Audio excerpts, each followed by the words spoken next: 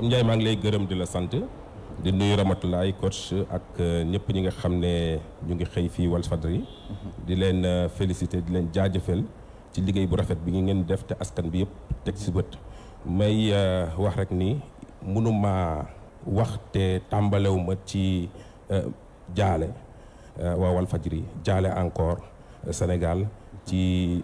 géddum àddina Sidi Lamine Niass mi nga xam ne bu weeru koor ñëwee ñoom ñëpp Sénégal ba mu daj ñëpp seen xel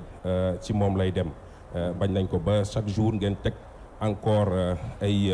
vidéo ay son yoo xam ne c'est toujours d'actualité te ay jàngat yu am solo lañ ci am vraiment métti na lool ma koy jaale képp kuy sénégalais vraiment di ko ñaanal yàlla xaare ko arjana vraiment te ay li mu fi bàyyi ñu gëstu ko taat di ko jëfe am na ci solo lool weesoo ma remercier aussi les membres de l'ACSIF ñi nga xam ne dañoo bokk ci association des clients et sociétaires des institutions financières may fàttali rek dañoo nekk ci ay communes yu bëri 374 ay responsables yoo xam ne dañoo takk seen digg di xeex pour que ak yelleefu client bi ñu bañ ko jalgati ci biir banques yi. maa ngi lay gërëm di la sant. yàgg nañ la dégg ngay défendre client de banques yi ñoom ndax léegi ñu ngi koy teg ci yoon wala jalgati baa ngi continuer ba léegi. waaw des na ba léegi jalgati bi ñu ngi koy noté mais wàññeeku na bu baax a baax a baax. parce que Pape Ndiaye ñun contre ñu banque en réalité. dañoo bëgg banques yi nga xam ne dañ fay installé wu néew na trop ay banques sénégalaises li si ëpp ay banques étrangères lañu. ñu ngi leen di ñaanal di leen jàppale pour ñu am xaalis mais tamit ñu ngi ñaanal état bi di ko jàppale pour mu am xaalis parce que banque bu installé wu day fay taxe te bu fayee taxe état bi dafa gaam dana am la fa ne mais nag bëgg naa la du yaa ma gën a sama bopp ñu ni clients yi vraiment bu banque amee war nañoo mën a am waaye système boo xam dañ koo tëgg de sorte que état dana am ci impôt banque dana buub xaalis bi client bi moom muy gën a ñàkk wax dëgg yàlla moo waral nag ñu taxawaay bii di dénoncer yenn abus yi pour que vraiment sénégalais bi tamit moom it mu am lu mu def ci biir poche am. ok jërëjëf kon Rama ak seen xam-xam. waaw xam naa fi may njëkkee mooy dañuy def lu ñu tuddee définition concept ndax dafa am lu bëri loo xamante ni nit ñi dañ koy dégg mais comprendre ñu dëggantaan moom mooy lan pour ñu leeral ñu ko maanaam mu defal ñu un état des lieux ñu xam Sénégal institution financière yi fi nekk lan mooy banque lan mooy crédit mutuel ak yu ni mel ak tamit ñaata banque fi am mu defal ñu un état des lieux ba ñu xam mbir mi ni mu tëddee ba pare ñu soog a ñëw nag ci question spécifique. waaw Pape Sénégal am na daanaka ñaar fukki banque ak juróom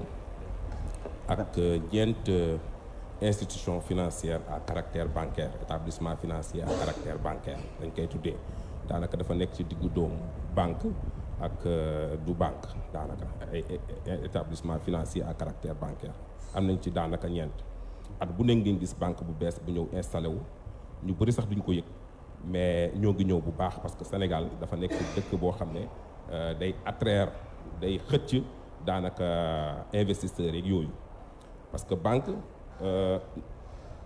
ay actionnaires ñoo ko moom ñoom ñoo indi seen xaalis jóge fu ne ñëw créer seen i banque teg ko ci réew mi di ci commerce di jaay xaalis parce que banque loolu mooy rôlam day jënd xaalis di ko jaay fu mu koy jëndee mën na ko jëndee ci banque centrale wala donc mu jëndee ko ci dépôt yi nga xam ne clients yi dañuy ñëw di denc seen xaalis bu ko defee moom képp koo xam ne ñëw nga présenté wu bëgg ci xaalis jooju dafa am ay conditions yu ngay remplir pour mu jox la ko bu weesoo banques yi dafa am lu ñuy wax microfinance institution de microfinance mooy mutuelle yi ngay gis ni nekk ci bopp ko ñu bëri nañ lool boobu seen lim jéggi na dayoo parce que ëpp na sax 300 di dem te dañuy échapper sax dañuy rëcc contrôle état bi contrôle banque centrale moo tax dafa jot ñu assainir ko toggaat ko defaraat ko ndax mu jëriñ askan bi loolu dafa am solo bu weesoo banques yi ak institution de microfinance yi dafa am ay bukki yoo xam ne ñu ngi ci dëkk bi sulli bukki mu bëri lool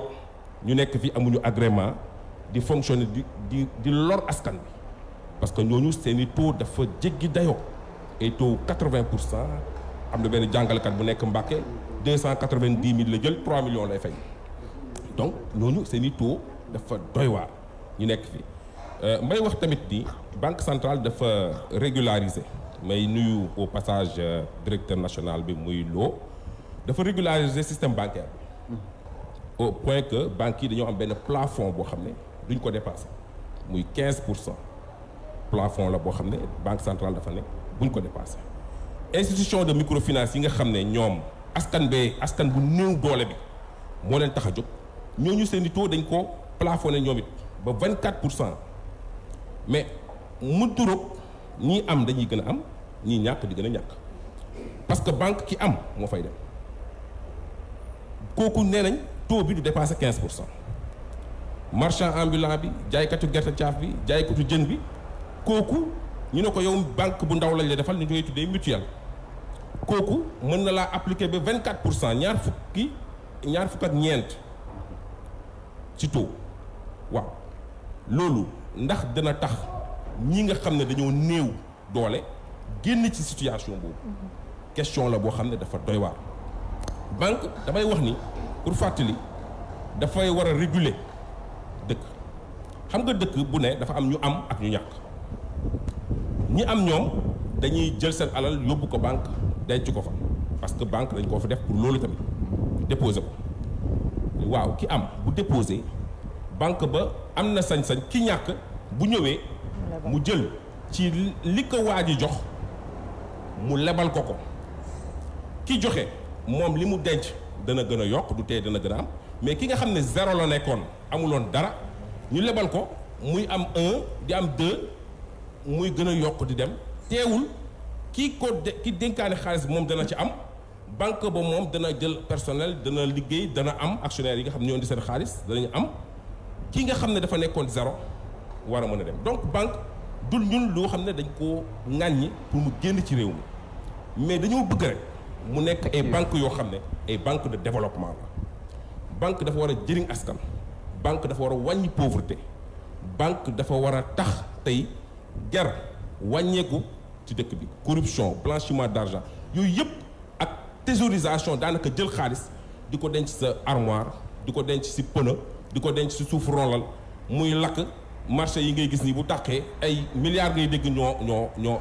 taux de banque bu loolu bëggoon naa waxtaan ci taux de bancarisation boobu sax maanaam taux de prêt yu élevé yi est-ce que du looloo tax nit ñi di daw banque yi parce que xam nañ ne loi bi am na benn montant boo xam moom la fixé ni salaire bu toll foofu dañ ko war a yóbbu banque dafa war a am bancarisation ak yu ni mel est-ce que du taux bu élevé boobu noonu mooy waral nit ñi di daw taux de bancarisation bi xaw ma fu mu toll di ñu ci indil leeral ndax dafa yokk wala dafa wàññeeku wala dafa taxaw fan la ci toll actuellement waaw taux bi ni muy évoluer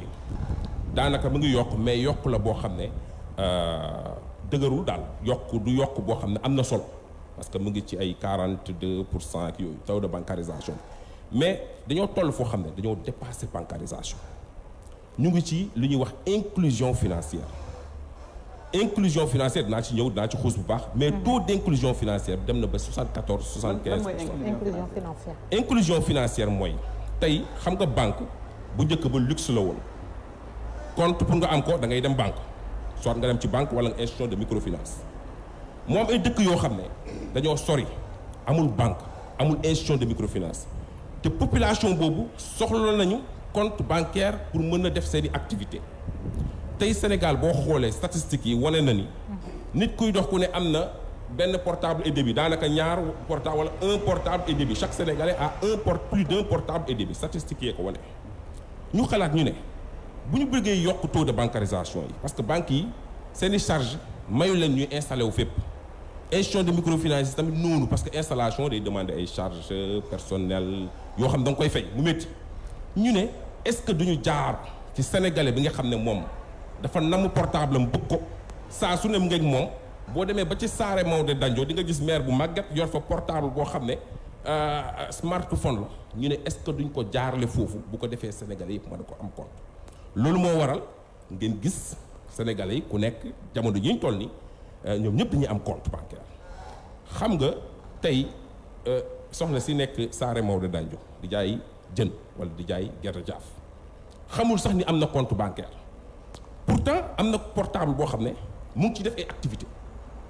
di ci fay courant di ci fay ndox di ci jënd di ci transférer xaalis ak yooyu yëpp pourtant am na activité parfois nga gis nit woo ko yónnee ko ci portable pour ne pas faire de publicité. xaalis mu def ci ay activité donc moom am na activité am na comptabilité te xamu ko génn na informel mu ngi dem vers le formel te xamu ko ñooñu il faut que ñu yee leen xamal leen ni banque mosoo koo gis institution de microfinance mosoo koo gis mais yow activité ba ngay def sa portable banque la am nga compte boo xam ne mu ngi fonctionner te sur la base de ce fonctionnement là war nga ci mën a capter ay fonds am nga benn réputation financière bu lay permettre yow nga capter ay fonds parce que li ngay def noonu activités yi ngay def noonu wane na ni yow am nga comptabilité donc ñu war a jàll ci inclusion financière bu ñu xaymaa gis nañ ni taux d'inclusion financière bi sori na mais ba tey njort bi des na parce que mu ngi ci 74% bu ñu ko corriger mu ngi ci 65% mais ba tey des na li ko gàllankoor nag moom bëri na li ko gàllankoor bëri na ci parfois criminalité financière bi day wàññi taux d'inclusion financière mooy détournement yi ngeen di dégg mooy tey faussaires yi ngeen di dégg yoo xam ne dañuy dugg sa compte wala parfois taux d'analphabétisme moo tax ñun actif nañ ne bu ñu bëggee taux d'inclusion financière bi gën a yokk am na ñoo xam ne jànguñu mënuñu lire application yi leen di jox pour ñu fay envoyer xaalis wala déedéet mënuñu ko te bëgg nañ benn confidentialité boo xam ne seen jarbaat wala seen doom du xam ne ñu ngi yónnee xaalis wala ñu ngi koy jot ñooñu il faut que à la place des lettres yi ñuy bind ñu defal leen foofu ay logo wala ñu defal leen foofu ay ganaar xaaj béy bu ci nekk mu am signification boo xam ne li mu bëgg def dina ko def bu ko xam ne donc loolu day tax ñi nga xam ne ay analphabètes lañu mu permettre leen ñoom ñu mener des activités financières. ok am nañ fi benn cas pratique benn citoyen bu am jafe-jafe ak banque am donc xam naa dañuy ànd ak réseau ñu seetaan ko après ñu ñëwaat xool kooku ban yoon la war a jaar pour loolu mën a saafaru ak jafe-jafe boobu noonu ku ko am tamit ban yoon nga mën a jaar donc ñu seetaan extrait Bocar Samba Dièye del dégg nañ ko président damay ñëwaat si yow rek di xool cas pratique bi naka nga koy jàngate ak nan lañ koy solutionné. waaw ma jaajëfeel Bocar Samba Dièye di wax ni sénégalais la boo xam ne ñëpp xam nañ alal fu mu ko jëlee alal bu leew la bu set la ci jaayum ceeb mais ma jàpp ni nit ku jàng la am na xam-xam parce que jàng du français rek jàng na alxuraan boo déggee ni muy waxee xam ne dafa nekk nit koo xam ne neexut a nax beneen bi mooy di ko ñaanal gudd fan ak wér traumatisme bu ñu ko teg mu bañ koo gàllankoor ci ay activité am dossier am ak sif yoroon na ko wax nañ ci def ci ay conférence de presse yu bëri liñ ci wax sax xam naa ne moom waxu ko ci mais banque bu mu ko sëkkal moo doy waar banque boobu yàlla xam na ni chaque jour ma jot ay plainte et réclamation yoo xam ne sénégalais yi ñuy déglu mën nañ ko séede ku fa nekk tey ku ne yow victime nga daanaka. muy ban banque. CBAO mu leer nañ ba may ñëw am na ay collectif sax bu ñu créé des collectif des frustrés de la CBAO yoo xam ne saisir nañ ma nee nañ ma comme Walfadjri la ñuy waxee lépp sénégalais yi ku am la métti fa nga koy waxee te ñoom fa ñu nekk sori na te mënuñ ñëw ba Walfadjri wax ko fi naa leen dimbale waxal leen ko CBAO wax dëgg yàlla nit ñi banque centrale état du Sénégal APBF APSFD war nañ càmbaraat ay mbiram parce que mu ngi yàq activité bancaire bi commencé wul léegi yàgg na dossiers yu mel ni dañ cee yor lu bëri xam nga ci benn maire Safi dëgg sërëxal ko appliqué ko taux de 17% jaar fa nangu këram yóbbu ko ci mbedd bi te lépp teguwul ci yoon boo ko xool ku bëgg a génn tey ñu lay fayloo par la force CBAO j'ose dire que banque boobu ay otage lañ fa am amuñu fa client ay otage tey bu bunt bi ibbeekoon CBAO kenn du fa des rare lay jot ay plainte ci yeneen banques yi pourtant de ñëpp a may saisir. alors qu'il y a 26 banques. 25 et 4 établissements financiers à caractère bancaire microfinance yi lu ñu bon ñoo tane CBAO lakkal na askan bi sonal na leen te nit ñi sonn nañ fa ñëpp a ngi wut luñ fa génnee mu contraindre la ñu nekk fa mënuñoo dund ñi fa nekk amuñu jàmm mais ñaan directeur national banque centrale di ñaan APBF yi nga xam ne ñoom ñoo ëmb kuréel yooyu ñu jóg taxaw ci parce que bu ngi tilimal parce que bu ñuy wax banque yëpp la ñuy wax te pourtant dafa am ay banques yu baax yu nekk ci biir dëkk bi. léegi nature plainte yooyu ngeen jot lan la ñuy joytu le plus souvent client banque yi lan moo leen métti. waaw bëri na débit à tort. mu ne. débit à tort daanaka nga yor sa carte gab. CBAO jaay la ko lu cher. waaw. nga dem ca gab ba seen gab yi benn baaxu ci daanaka ay gabu traditionnel la ñu gab yoo xam ne boo fa dugalee sa carte de machine ba dana yuuxu génnee carte bi xaalis du génn ba pare nga ñàkk sa xaalis.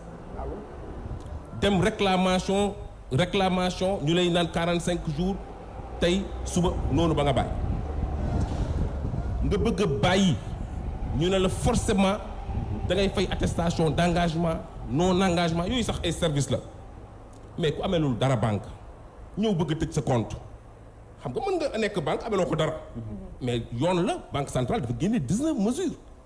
ne képp ku bëgg a taxaw tëj compte am na sañ-sañ ñëw taxaw def demande pour ñu tëj compte bi te dañ ko war a tëj waaw loolu lu tax ñu naan la da ngay fay ñu bloqué la fa mënoo génn te ameloo leen dara question mobilité bancaire fa lañ koy gën a remarqué yeneen banques yi sax seen i buntu ñaar la da ngay dugg mbaa nga génn boo bëgg dañoo wóolu seen bopp xam nañ ne la ñuy def activité bu ñuy def c'est une activité saine forcé wuñu kenn mu toog forcé wuñu kenn mu dem ku bëgg a dem da ngay dem yeneen banques yëpp maanaam koy séedal du ma sax jot pratiquement ay plainte yu mel noonu mais dafa am benn banque boo xam ne vraiment même ay employés am dañoo am problème ak moom. ah bon. mais CBAO ci boppam ay employés am dañoo am problème ak CBAO. def nañ fi ay conférence de presse di wax sax ñoom pour ñu accéder au prêt c'est un problème donc traitement bi nu ñuy traiter seen personnel nu ñuy traiter seen client seen logiciel bi ñuy teg seen mode de traitement des réclamations jéggi na dayoo te damay wax sénégalais yi di ma séedee tey boo leen ibboon seen antenne yi sénégalais yi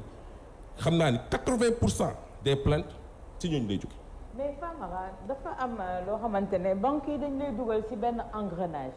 engrenage boobu léegi pour nga ci génn ci mu dem benn problème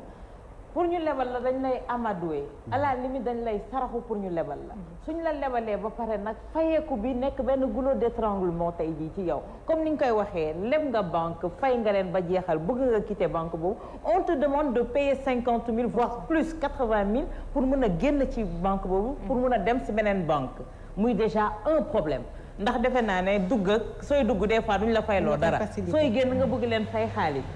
soo lebee mu nekk benn taux d'intérêt des fois nga dugg ñu defal la avance sur salaire wala ñu defal la benn découvert muy doon beneen problème carte gab bi on te dit tu payes ça sur temps des fois nga toog ñu dagg la carte gab bi d'un seul coup mu nekk benn engrenage boo xam te ne da nga ciy dugg pour génn ci mu nekk problème mu mel ni mbir mi structuré wuñ ko wala banque bu ñëw ak say norme ngay ñëwee rek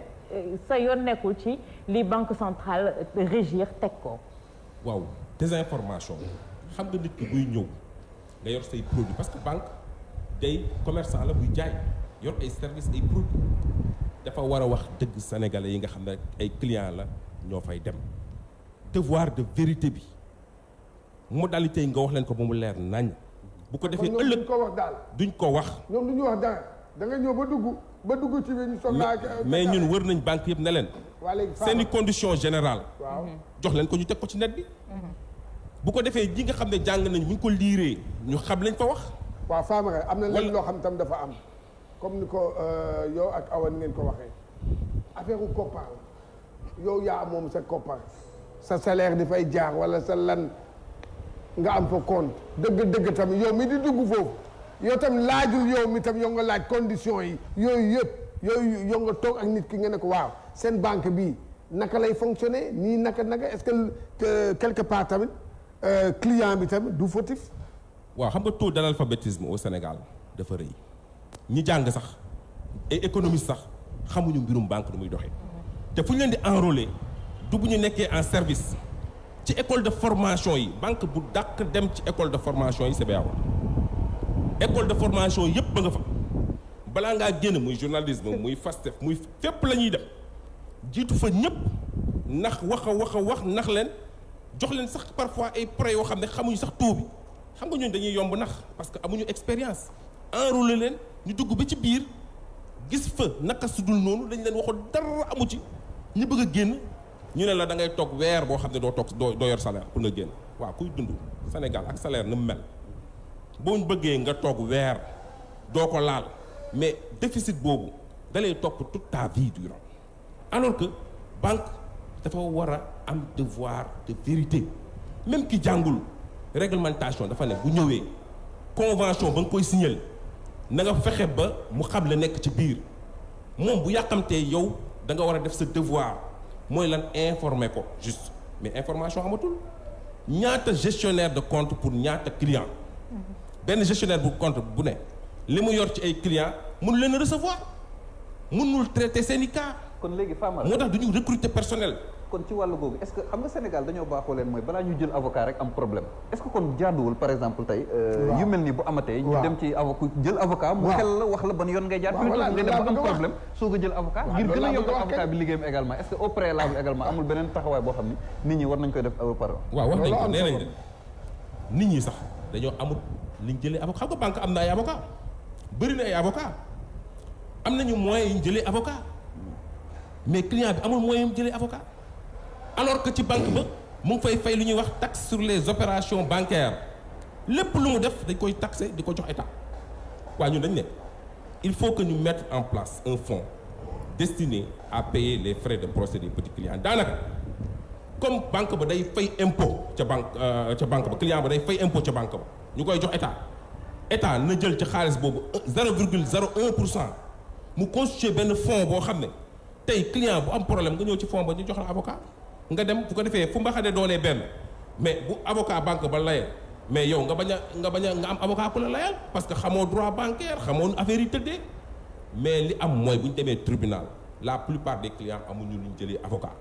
bu ñu amee dëgg dañ leen di jox tort parce que amuñu conseil juridique bu ñu amee tort ñu gën a dee moo tax foofu il faut que état bi jël ay responsabilités léegi nag état am na beneen formule bu mu teg am na tribunal du commerce am na observatoire maa ngi remercier di féliciter en même temps le secrétaire exécutif de l'OQSF muy sama grand frère Habib Ndaw di def liggéey bu rafet dans la médiation mu ngi sax fexe ba dossiers yi nga xam ne dafa nekk tribunal contentieux foofu mu fexe wax juge yi di joxe ko parce que loolu dafa nekk ci ay perspectives pour que rek mu améliorer condition climat banque client parce que climat bi dafa demoon ba commencé yàqu moo tax ñun tamit ñu taxaw di solliciter yenn avocats yi bu ñu amee yenn cas yi ñuy solliciter yenn avocats yi ñoo xam ne nangu nañ ñoo jàppale pour que client bi ñu bañ koo teg naka su dul noonu bu ñu yegg. beneen point xam nga ñuy wax ci entreprise yi am na sa salaire fu muy toll da nga wax a dem banque mais tey am na ñoo xamante ne seen salaire nu mu toll ñu dem banque ñu leen di dagg agio ils se retrouvent avec des miettes est-ce que tey aussi donne boobu warul changer parce que en général agio suñ koy dagg dañ koy dagg par exemple li nekk sa compte su ëppee on te coupe moins quand tu as moins on te coupe plus foofu xam nga régulier tuñu amul social boo xamante ne mi ngi fay dox et am na ñoo xamante ne ñu ngi liggéey ci entreprise yi loolu tamit benn pression bu métti la ci seen fu kaw est-ce que côté boobu itam waruñu xool comment organiser des réformes pour changer la donne. léegi Famara nga njëkk a tontu ci lan mooy agio. après agio dafa bëri ay termes sax yu koy kii frais de gestion de compte am nañu koy moo tax jargon bancaire bi dañ ko war a harmoniser agio mais dafa yomb weer bu nekk travailleurs sénégalais yëpp yi nga xam ne loi bancaire nee na bu ñu amee 100 000 francs forcément dañ koy yóbbu banque ku nekk dajale ñii 6 000 ñii 7 000 ñii 4 000 lépp ñu dajale ko ne banque yi jël leen gratuitement agio waa banque moom ndeyam liggéey na di. agio mooy lan. ay frais de gestion de compte lañ ko tuddee. may wax ni agio surtout travailleurs yi day wàññi pouvoir d'achat travailleur xam nga nekk ci benn entreprise di fa liggéey di fa fayeeku parce que bu njëkk ba bu dee fonctionnaires yi la ñoom trésor lañ doon fayeeku bu dee privé bi la ñoom dafa amoon benn comptable bu nekkoon ci biir mais ñu jékki-jékki pression dal seen kaw ñu ne ñëpp lañ bancariser boo leen bancariser wul plus de 100 000 francs am ngeen problème waaw kan moo war a jël en charge agio yi parce que bu dee travailleur bi la ñu ko doon fay comptable bi doon ko fay moom 100 000 francs amu ci dara lu muy jàpp 100 000 lay jot waaw avec la bancarisation day perdre 4000 wala 7000 francs même bu dee retraités yi ñoom ñëpp ay 7000 6000 la ñu leen di dagg ci koo xam ne salaire bi matul 50 000 ñu koy dagg 7000 francs boo bëggee bàyyi ñu teg la beneen. ñu teg la yeneen bu dee état la moom moo doon recruter payeur bi daan fay travailleur di ko fay comme boobu bu bancarisé te client bi moom laajtaw ko moom moo ko bancarisé parce que loi la banque centrale ak yooyu. waaw mais état na jël coût boobu pourquoi bu koy supporté loo ki nga xam ne mooy maillon faible bi client bi. bu dee privé bi la mais nañ trouver beneen mécanisme boo xam ne client bi du ko supporté mais à la banque client bi mooy supporté lépp. muy nga bëgg a pare frais de dossier yi. à jouer banque bi daal moom du perte dafa mel ni nga jël pièce de monnaie sànni ko ci kaw pile mu ne la je gagne face tu perds xam nga dégg ngeen wax. bu dee pile la man maa gagné bu dee face la yow yaa perte. dans tous les cas c'est le client qui perd loolu nag war nañ dem ci ay réformes banque centrale génne na 19 mesures de gratuité. mais est-ce que ñu ngi koy appliquer aussi. mais des na application bi des na xam nga tey ma jox leen benn bu simple SMS boo xoolee ci mesures yi. nee nañ SMS yeeg mail yeeg yooyu yëpp dafa war a gratuite. parce que droit à l'information la. dañ la koy dagg. te beneen sax bu gën a doy lu tax mu war a gratuite sax. xam nga tey bu ñu joxewul SMS bi kan la gën a arrangé banque bi la gën a arrangé que client bi xam nga lu tax. tey buñ la Ramatulaay bu la banque bi envoyé wul SMS pour wax la sa salaire positionné wu. da ngay woote. waaw boo wootee Ndiaye woote coach woote. Awa woote ñëpp woote. dañuy recruter ay personnel boo xam ne day jël appel yi dootuñu liggéeyati. comme boog SMS bi banque bi la gën a arrangé que client bi. muy carte gab bi dañ ko war a rendre dañ ko war a casser prix yi ay 23000 ay 5 mais dafa cher. mais yore carte gab ba pare gab boo dem mu paan gabu almadi rek la ñu respecté. mais gab bi sa xaalis sax tu payes 200 francs de timbre. pour déposer xaalis sa biir compte. mais loolu réglé woon nañ ko ci code bi des impôts. dépôt. mais carte gab bi. du ma kii carte. banque bi la gën a arrangé que client bi. booy dem ci guichet bi di def chèque également. carte gab bi coût bi client bi war ko woon supporter dañuy waxante dëgg. kan la gën a arrangé. boo amul carte awma carte ñu ñëpp dañuy rangi guichet. waaw ñoom dañuy obligé donc recruter personnel ubbi ay agence jël yeneen charge pour mën a satisfaire clientèle bi. mais gab yi ñuy teg ci bedd bi nit ñi di ñëw ak seen i carte gab mais moo leen soulagé wàññi seen i charge donc gab bi carte gab bi banque bi la gën a arrangé que client bi par conséquent dañoo war a xoolaat prix mu ngi mel ni chéquier bi tamit. xam nga chéquier dañuy tooñ rek boo ñëwee banque yoroo sa chéquier da nga ko fàtte wala nga dugg gàbb ba mu paan nga ñëw dugg ci banque bi ñu naan la chèque de guichet 5000 alors que chéquier jarul 1500 chéquier talon 25 bi jarul 1500 parce que occasion moo présenté wu ñoom porté nañ le préjudice gàbb bi paan na dugg nga ci biir pour percevoir ñu ne la 5000 ngay fay waaw mais chèque bi kan la gën a arrangé xam nga tey am nga droit jël support bu la neex muy papier Padex muy feuille blanche muy fiche nga def ci say coordonnées def ci lépp si la signature est conforme bu dee signature bi méngoo nag bi ci biir boo defee say coordonnées présenté sa carte d'identité yëpp banquier bi da nga ko jox ordre parce que xaalis bi yaa ko moom da nga ko jox ordre pour mu fay la mais banquier bi xam na ni formule boobu arrangé wu ko parce que man tey mën naa jël Padex moom mu jël feuille blanche nan lay arrangé tous ces supports là moo tax mu génnee benn papier normé bu ñuy wax chèque pour que mu mën ko arranger après am les copies de chèque ak yooyu donc chéquier bi banquier bi la gën a arranger que client bi parce que yow mën nga jël papier bu la neex support bu la neex bind ci mais boo ko defee abus bi tax na da ngay dem pour ñu fay la sax ñu bañ fu ñu ko teg y a trop d'abus te bu ñu bëggee bancarisation bi nga xam ne ñun dañuy xeex inclusion financière bi nga xam ne dañuy xeex pour que taux bi élevé parce que am na solo ci réew day tax ñu mën a xeex yu bëri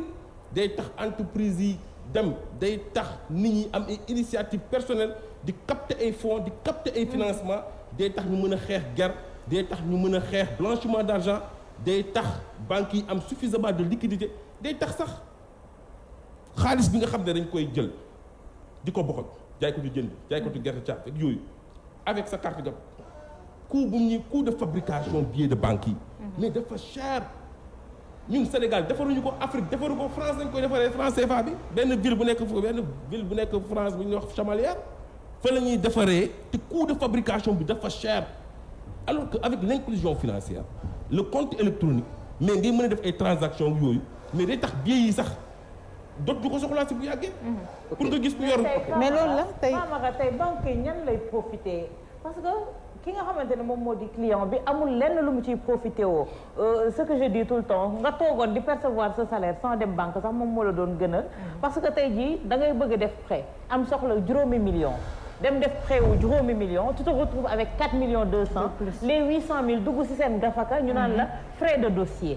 nga war a fay 6 millions et quelques donc tey banque bi kan lay profiter chaque 2-3 mois ñu dagg la agio nga jël chèque yi nga fay chèque yi fay carte bancaire beneen retrait boo def si beneen gab bu dul gab bi nga xamante ne mooy sa banque tu payes 1000 voire 1500 francs donc tey ji banque bi kan lay profiter. xam nga Sénégal les contrats sont des contrats léonins boo liiree contrat bancaire convention da ngay gis ni la part du lion banque bee koy jël. te warta demee noonu gagnant coopération collaboration la war a doon mu lebal la xaalis nga liggéey am fay moom mu am ci jox keneen ki mais li am ba am mooy banque bi rek ay gagné ñu luñ gis banque boo jëlee xaalisam mu lebal la ko xoolal entreprise yu daanu rek xoolal entreprise yi ni ñuy daanoo demal marché yi koo ci laaj mu ne la tëdd naa suuf li tax mooy banque ba ni mu ma lebalee taux bi ma ko moo tax il faut que ñu revoir la question des taux d'intérêt et taux 14-15% mais dafa jéggi dayoo et taux 24% loolu liggéey yow da ngay fay rek doo am dara ba xëy daanu ñu ñëw buub say garantie yi nga joxe woon yépp gën laa ruiner moo tax dañoo war a xoolaat les conventions moo tax taux yi ak coût bi ñu wàññi ko te gis naa ni banque centrale mu ngi ci yoon boobu parce que nee nañ bientôt danañ dem ci deuxième phase mooy baisse parce que gratuité lañ jógee 19 mesures yi malheureusement banques yi bañ nañ ñu koy appliquer il faut que ay sanctions taxaw ñu ngi leen di ñaax ñu jël seen responsabilité sanctionné bu baax ñu jàll ci deuxième phase bi nga xam ne phase bu bees la ñu wàññi taux d'intérêt yi wàlli agio yi wàññi frais yi nga xam ne coût xaalis bi ak service yi ok bëggoon naa xam tamit également jafe-jafe yi nga fi soulever yëpp banque islamique yi ndax ñoom exception lañ ci wala ñoom ñëpp a yem ndax foofu tanewul ñoom ñëpp a yem xam nga loi bancaire deful distinguo entre banque classique ak banque islamique waaw ñoom ñëpp même charte bee leen tënk gars dañu yaakaaroon ne xanaa mooy tane ndax ñoom duñu kii riba beeg kii beeg wala ñoom ñëpp a yem dañuy mbubboo diine mais dañuy jël intérêt boo ñëwee ñu naan la banque islamique duñ moo tax désinformation bi il faut que ñuy corriger duñ jël intérêt duñ jël nangam mais en réalité dañuy jël ay intérêt am nañ taux d'intérêt alors que nous sommes pour la banque la finance islamique dëkk yu développé yi ngay gis nii mais tey type de financement boobu la ñuy jël finance islamique boo xam ne parfois sax da ngay jox sans garantie sans intérêt sans garantie sans intérêt dañuy jox prêt sans intérêt sans garantie nga dem liggéey mais tey awa wax na ko dafa am problème pour accès au prêt waaw ñi war a liggéey soxla xaalis ba pour mën a réaliser seen projet bu ñu leen di laaj titre foncier garantie ay garantie yoo xam ne amuñu ko un jeune de 30 ans am xam-xam xarañ États-Unis boo fa demee même bu dee étudiant nga dañ lay jox prêt nga dem fay financer say études Obama kañ la pare fay ay bu mu nekkee président presque les États-Unis la pare fay prêt études yi mu jëloon mais fii étudiant bi demal nga laaj prêt loo xarañ bu dee yaay major sa promotion dem laaj prêt duñ la jox mais ça pose le problème de l'accès au crédit ñun dama ne woon sax dañ ko war a constitutionnaliser. et c'est comme pour certaines personnes banque yi joxe ko mais xam nga dañ ko libéraliser de sorte que banque bi moom lay neex mu jox la bu ko boo ko arrangé wu du la jox retraité yi kenn du ci am prêt pour ñoom da ngay retraité yi ku ci dem à la limite sax dañ lay désinformer dañ lay abuser parce que dañu naan ñun suñu assurance du jël en charge parce que màgget nga da ngay waaj a dee assurance boobu tam bu jëra wax la assurance bi am ci prêt également code ciment bi dinañ ci ñëw nga dem fay sa assurance fay lépp ay 300-400 mille ñëw indi leen kayit yi ñu naan la non xool nañ ba xool mais prêt bi gis nañ ni war mënuñu la ko bénéficier yow perte nga comme ça de l'argent xam nga dafa am benn loi bu ñu wax la loi sur le délai de rétractation boo xam ne France 1 mois la gis nga tey boo demee ci pamti bi la banque di pamti ba nga signé convention yi ba pare ba ñibbi sa kër jox exemplaire boo liiree xool ni yow li mu waxoon méngawul li nga nekk fii wala nga laaj Cissé wala avocat boo xam ne nee na la lii ak lii moo am ci biir am nga weer boo xam ne war nga mën a dem nga renoncer li nga signé woon mais fii boo xasee ba signé dee nga boo xasee ba signé yow pare nga ci moo tax nag dafa nekk affaire boo xam ne il faut que ñu xoolaat ko parce que il faut que ñu voter ay lois yoo xam ne day protéger client bi parce que banque bi client bi tolloowuñu xam-xam ci banque tolloowuñu doole donc dañoo war a voter des lois protectrices des clients da ngay gis marché bu tàkk benn commerçant boo xam ne ñàkk na fa ay 200 millions 300 millions yoo xam ne da ko jëloon ci banque bi jënd marchandise waaw sinistre arrivé ko ñu constaté ko wane ko ci télévision IC ñëw constaté lépp waa banque bi nar ko toroxal gën a toroxal jël ay garantie mu joxoon jaay ko mais il faut que ñu voter benn loi bu ñuy wax la loi sur le délai de grâce waxuñu du fay mais mu am na dëkk yoo xam ne 2 ans yoo xam ne dana toog defar waat door a fay mais li xew fii benn affaire la ku sinistre arrivé moom fekk na yow banque nga jëloon da ngay gën a torox parce que bu boobaa kër ga nga dëkk da la fay génnee yow ak sa jaboot ba pare kër gi ñaata lañ koy jaayee li dar mère Sophie këru Maris 14 millions la ko banque ba joxe te banque ba moom moo ñëw expert banque ba ñëw ne kër gi évalué nañ ko à 104 millions 4 appartements Maris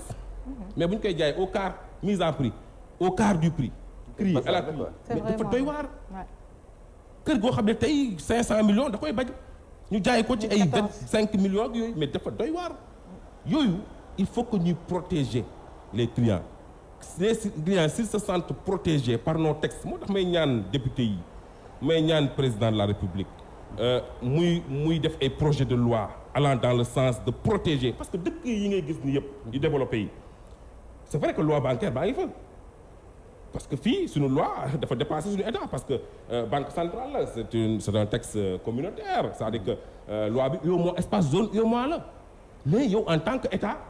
da ngay jël ay loi yoo xam ne day protéger client bi parce que du yàq dara la loi sur le délai de rétractation ku signé ba pare may nga ko 1 mois pour mu dénoncer mais loolu lan la yàq ci loi bancaire bi. c'est que fii Famara également bu amee application loi yooyu amul benn suivi donc dañuy dem nga xamante ni dara du ci dikk moo tax aussi à la fin client bi wala ku mënti doon aussi day dem ba franchement day découragé par rapport à ça. mais loolu moo am c'est-à-dire que banques yi loolu la ñu xam nañ ni client bi amul moyen jël avocat. xam nañ ni client bi amul. xamul daanaka jàngul wala bu jàngee it mbirum banque xamul ci dara buñ ko tooñee tamit day bàyyi ak yàlla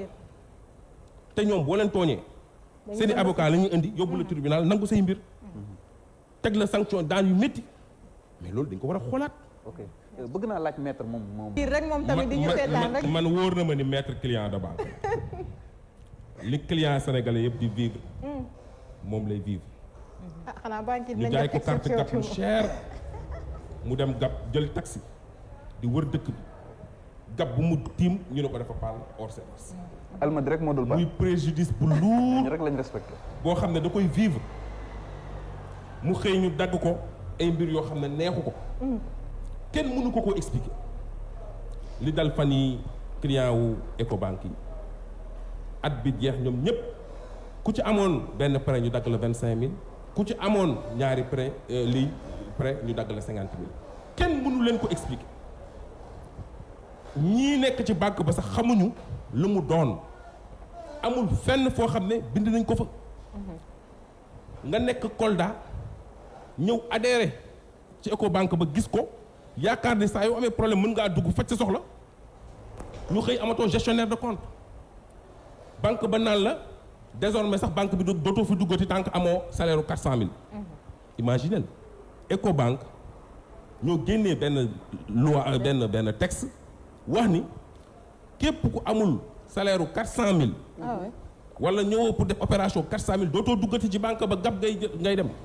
par la force donc da ngay jënd carte gab alors que service la c'est pas obligatoire. xanaa patron yi la ñuy liggéeyal. xam nga loolu bu ñu ko waxoon ci njëlbeen gars yi duñ dugg. dinañ ci tontu parce que jotaay yi di ñëw ñoom ñoo dinañ ci tontu. mais comme bàyyi nañ ba clients yi dugg génn bi teg nañ buntu ba ñi bëgguloon carte gab noonu dañuy jël chèque dem di rangeeg yooyu ñu ne leen léegi force da ngay jënd carte gab bi c'est pas sérieux. parce que yow amoo 400000 300000 nga am 200000 da ngay jënd carte gab par la force. ñu leen koy obligé. moo tax jàngalekat yi bu ñu ñëwee di jooy naan banque bi Ecobank li mu def c'est pas sérieux man leen lu tax ñu ne ma dafa jékki-jékki rek ne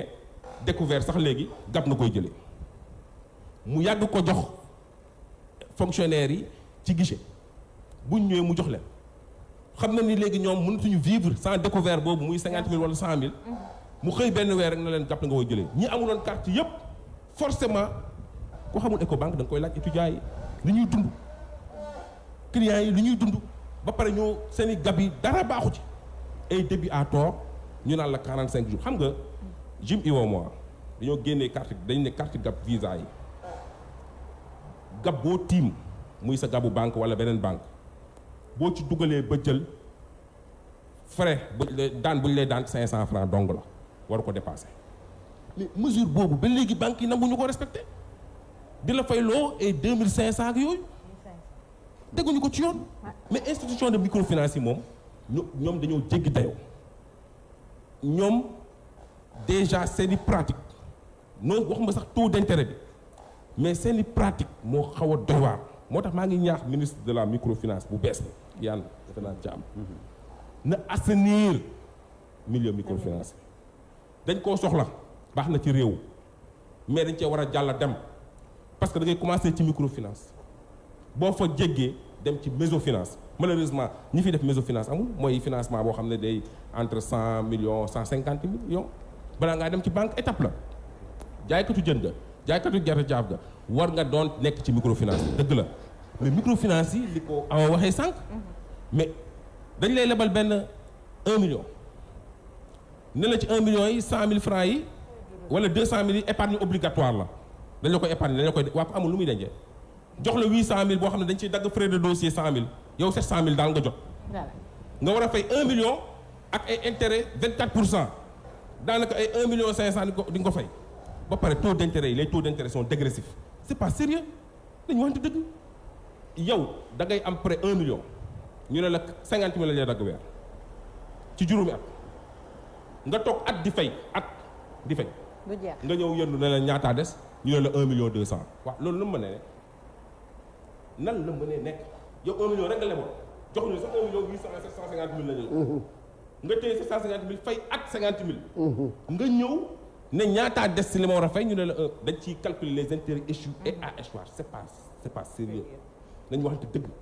dès lors que les taux sont dégressifs daanaka les premiers mois da ngay rembourser rek parce que banque bu la lebalee 1 million nga war a fay 1 million 500 da ngay jëkk fay 500 000 yi ba pare door a commencer fay sa 1 million ba nga lebal c'est pas ci 19 mesures la bokk. te duñ la ko jox séance tenante dañu naan demal ko jox mais c'est des abus mais relevé bancaire c'est un document annexe boo xam ne client bi daf ci am droit pour des questions de transparence gis nga système bancaire bi tant que wàññiwuñu coût yi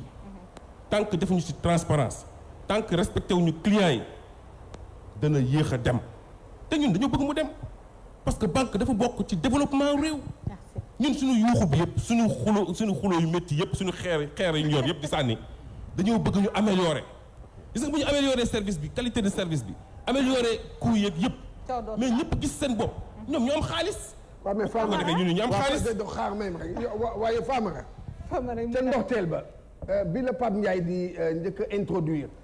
daf la laaj mu ne la waaw mbaa léegi affaire yow nga ne ko noonu affaire léegi tane na mais yow li ngay wax nii yëpp nii man tane boobu gisuma ko. non xamul tax. tane boobu gisuma ko de ma ne tane na. waaw. bañ dalee xeex. waaw métti woon na lool. abus yu gënoon na yokk. encore léegi affaire bi daa yokk. mais ci diggante bi dafa am ñaar ñoo xam ne dama leen di remercier au passage. muy DN bu bees bi directeur national banque centrale bu bees. waaw. ak OQSF secrétaire exécutif bi ñu jël seen matuwaay fekk ñu ñuy xeex mu toogloo ñëpp parce que banque yi daal ñoo déglu client yi. seen yoon newul ci client bi la xasee ba enrôlé ba nga dugg ci biir. non yow léegi chiffon nga parce que xam nañ ni tëj nañ buntu bi dina doo génn. ñu jël seen responsabilité toogloo ñëpp ñu waxtaan ci question yi. def benn ndëpp. foofu nag lañ gisee ay amélioration nee naa la 25 banques yi boo xoolee ñaar ak ñett rek a ci def yu naka sudul noonu. te ñooñu bëriwuñu ay clients moo tax sénégalais il faut que ñu xool banques yi ñuy dem. am na ay banques yoo xam ne il faut que ñu éviter leen ndax ñu améliorer seen i qualité de service am benn transparence parce que tey nga dugg gab ba bon nga génn xaalis ba génn sa gannaaw ñu ne la yow perte nga fekk ne gab ba moo def hors service wala moo def moo dafa doy waar xaalis ba dañ leen ne gab yi na am caméra de surveillance ci biir banque yi guichetier li ñu jot ci problème yi dafa bëri da ngay gis benn waaye bu ñëw ne ma banque laa jóge duggaat banque xaalis laa fa jëlee dugal ko feneen ñu ne ma dafa am faux billet xam nga tey coach bu mu la mayee juróomi faux billet waaw mënoo ko écouler mënoo ko jaay boo wàccee fii jaaykat ba boutiquier bi mën na jàll mais boo demee station bi jàpp la waaw mais guichetier jox ko 100 faux billets mais loolu il faut que ñu xoolaat ko comme moo tax ñu ne leen ñoom dañoo am détecteur de faux billets boo fa yóbboo faux billet dañ koy xam mais client bi nañ ko tegal ci biti détecteur de faux billets bu ko defee ñoom wóoluñu leen ko def moo gën a wóor ñoom bu ñu leen joxee 10 000 ñoo ñu faux billet la bu ñu joxee 10 000 ñu jàllale ko ñu génnee seen i faux billet dëgg la question de justice la mais dañ lay teg pression ba nga xam ne yow doo xool sax doo compter sax ñaata nit ñooy génn banque duñu compter xaalis ñu jox la dañu jël dugal seen biir poche. merci Famara lépp moom waaw li ñu waroon dafa bëri xajul ci nag bi ñu bàyyi la nga tàggatoo waale rek. waaw maa ngi leen di remercier parce que occasion yu mel nii sénégalais yi dañ koy xaar sénégalais yëpp ñu ngi daan seen doole ñu imposer leen banque may wax ne lu baax la parce que am na njëriñ mais banque yi ñu am Sénégal bëri nañ si baax mais am na yenn si yoo xam ne dañ leen war a xoolaat parce que ñooy yàq activité bancaire bi banque am na solo du leen fi dégager parce que on ne peut pas s'en passer mais ñoom ñëpp nañ ñëw ci kuréelu bi nga xam ne mooy actif am na ci commune yëpp am na ci département yëpp organisé wu nañu ñoo gën a mën naa wax ni société financière bi ñoo société civile bi ñoo ci gën a organisé wu d'accord nañu adhéré di mën suñu activité jël ay avocats yu baax ñuy défendre suñuy cause ba nga xam ne lépp loo xam ne suñu yoon may nañu ko ñu am ko comme ni ko maître waxee may remercier au passage les autorités bancaires yi nekk banque centrale lan wax rek nañ gën a farlu bu ko defee yenn banques yi bañ a yàq activité bancaire bi merci maître